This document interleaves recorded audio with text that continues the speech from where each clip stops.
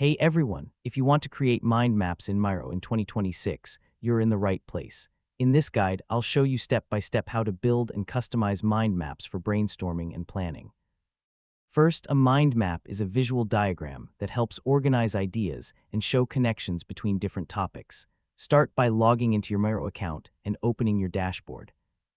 Click the New Board button to create a blank workspace. Open the toolbar and select the Mind Map tool or choose a mind map template. Start by entering your central idea or topic in the middle of the board. Create branches for related ideas and continue expanding with subtopics. Use colors, icons, and shapes to make your mind map easier to understand. Invite team members to contribute ideas and edit the mind map in real time.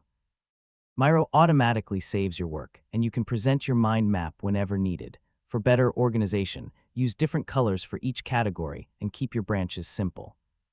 A common mistake is adding too many branches at once, making the mind map difficult to follow. And that's it. You've successfully learned how to create mind maps in Miro in 2026. Thanks for watching, and I'll see you in the next tutorial.